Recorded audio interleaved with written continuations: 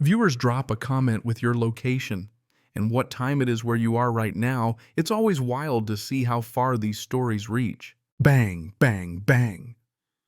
The pounding at the cabin door rattles the frame like someone trying to break in, and before he even gets up from his chair, a shrill voice slices through the morning air, demanding he vacate the premises immediately or face the police.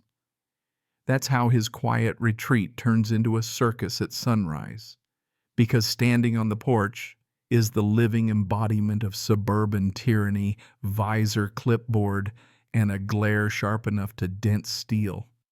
She announces herself as president of the Lakewood Shores HOA, a title she delivers with all the drama of a queen knighting peasants, and she says he has exactly 24 hours to vacate.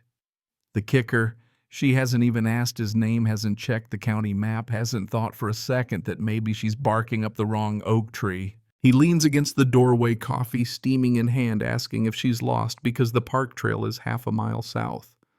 That cracks a vein in her forehead so wide it looks like a hazard beacon, and she rattles off accusations about architectural codes, community aesthetics, and bylaws that to her mind apply to every tree in sight.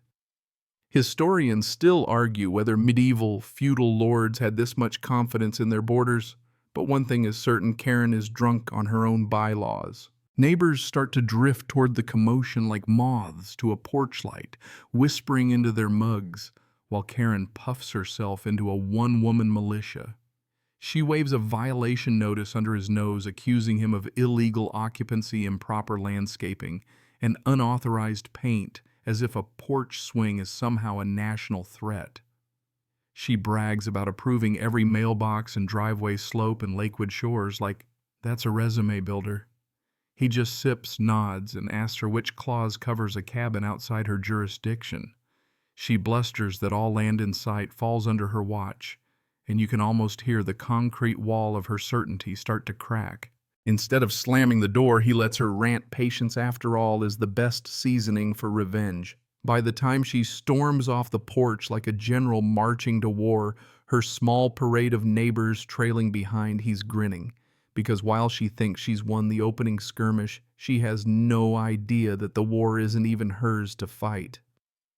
Under his bed in a fireproof box rests the deed signed decades before her HOA even existed, and that paper's about to turn her kingdom upside down. By sundown, she's already convened her so-called emergency HOA meeting, visor squared, clipboard smacking her palm like a gavel while she whips the crowd into a frenzy about the mysterious man in the woods. She calls his cabin a squatter shack, a blight, a danger to property values, and waves the violation notice like a war banner. Some nod, some roll their eyes, and some just sit back like they're at a free theater show. When a board member dares to ask if his land even falls under HOA jurisdiction, Karen scoffs as if the word jurisdiction is beneath her vocabulary. According to her, intention is law, and she alone interprets it.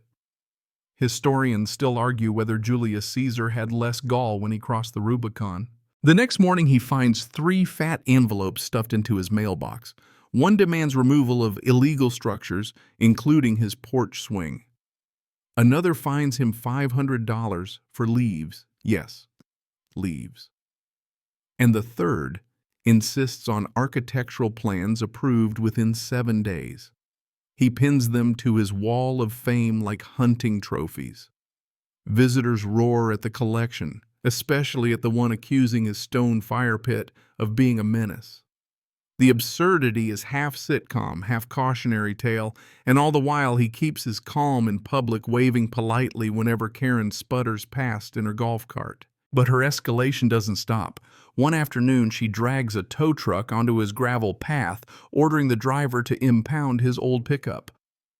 When he asks for paperwork and the driver sheepishly admits he has none, the man warns him he might want to think twice before trespassing on land outside HOA control.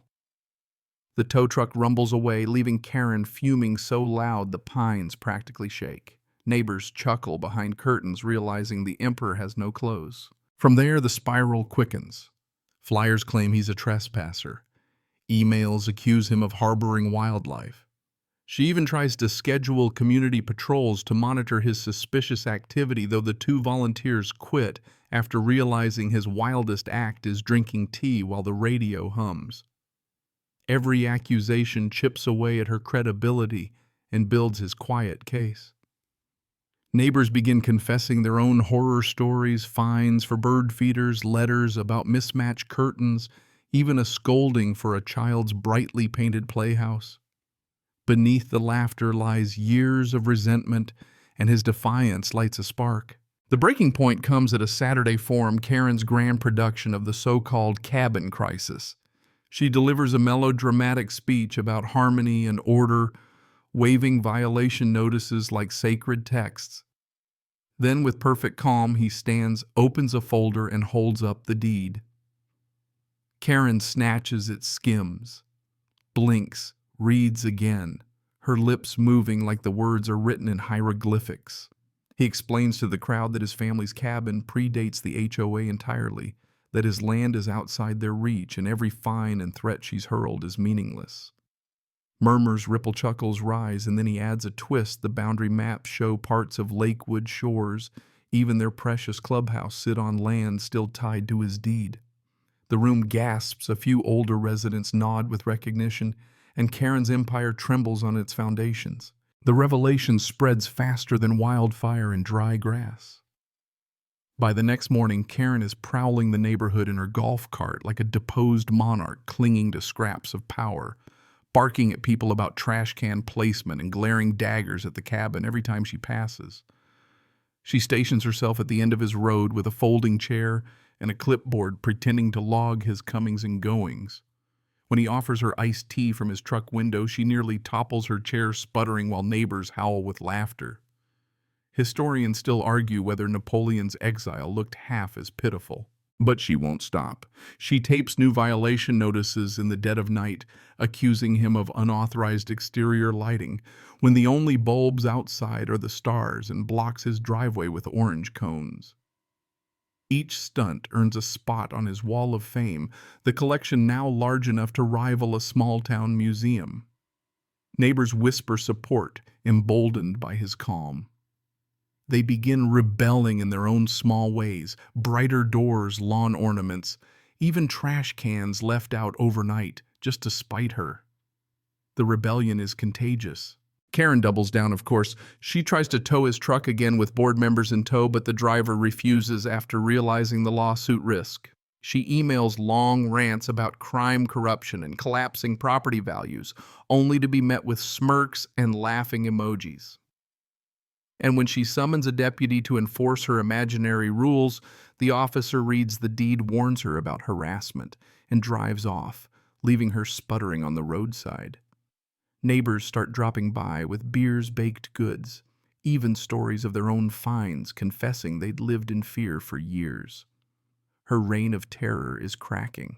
Then comes her grand finale, another emergency meeting in the clubhouse. She bellows about unity, and crisis tries to declare that all land, regardless of jurisdiction, now falls under HOA control. The room chuckles. Someone mutters, "She's lost it," and even her board starts shifting uncomfortably. He waits until her rant collapses under its own absurdity, then steps forward with the same folder of deeds and maps. Calm, deliberate, undeniable. This time the board members themselves break rank, resigning on the spot, and the crowd erupts in applause. Karen melts down in front of them, all visor slipping, voice cracking, screaming about conspiracies and betrayal. By the time she gasps for air, her kingdom has crumbled. Yet she isn't finished. Days later, she stages one last showdown at his gate, clipboard clutched like a sword, a handful of loyalists behind her. She demands the padlock be removed. He reads aloud a county letter confirming the boundaries, then snaps the lock shut with a clang that echoes through the trees. The crowd that gathers cheers like it's the 4th of July, neighbors clapping, laughing, finally free. Her loyalists slip away into the crowd, leaving her alone at the gate visor, askew, trembling with fury. She trudges off down the road, golf cart abandoned, while the community sighs with relief.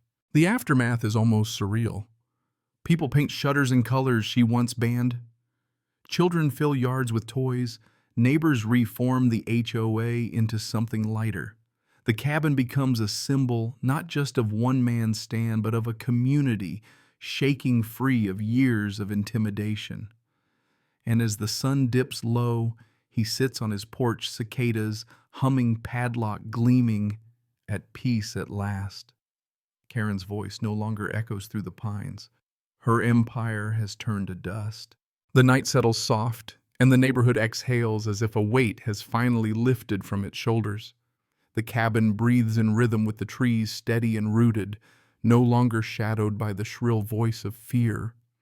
Porch lights glow warm, laughter drifts on the evening air, and the hush feels like a promise that life can be simple again.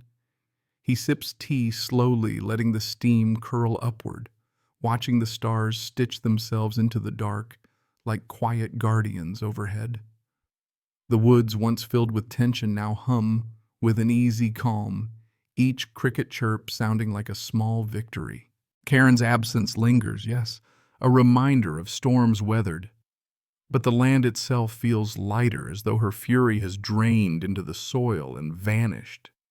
Neighbors talk of gardens to plant, fences to mend, dinners to share, no longer braced for her patrols or letters. The cabin stands not as a fortress, but as a sanctuary, proof that patience, truth, and a steady hand can outlast even the loudest storms. And so the night deepens, voices fade, and the valley folds itself into silence again. What remains is a calm heartbeat in the woods, steady and sure, a whisper of resilience carried on the breeze. The story ends not in fire or fury, but in the quiet strength of a lock clicking shut, and the peace that comes when fear finally loosens its grip.